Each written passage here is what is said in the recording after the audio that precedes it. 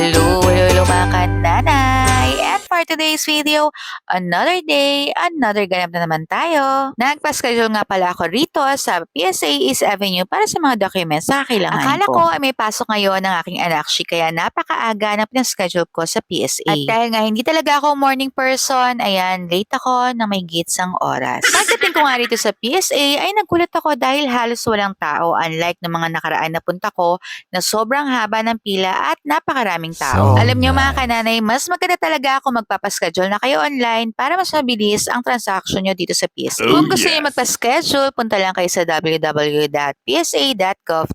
Pag nagpaschedule kayo online, kayo ang mamimili ng date, oras, at yung satellite ng PSA na malapit sa inyo. Pag dito kayo nagpunta sa PSA East Avenue, ang una nyong gagawin ay pupunta kayo sa screening area para sa may mga appointment. Huwag nyo rin kalimutang ipaserox ang mga ID nyo. After nyo naman sa screening, akit kayo rito, kukuha ng number at pupunta kayo sa encoding at sa payment. Yung presyo ng mga documents na kakailanganin nyo ay naka-indicate na online. After nyo naman sa encoding at payment, akit naman kayo sa second floor para naman sa releasing ng mga documents na kakailanganin nyo. Nakakatuwa nga yung punta ko ngayon dahil napakabilis talaga ng transaction na nangyari sa akin.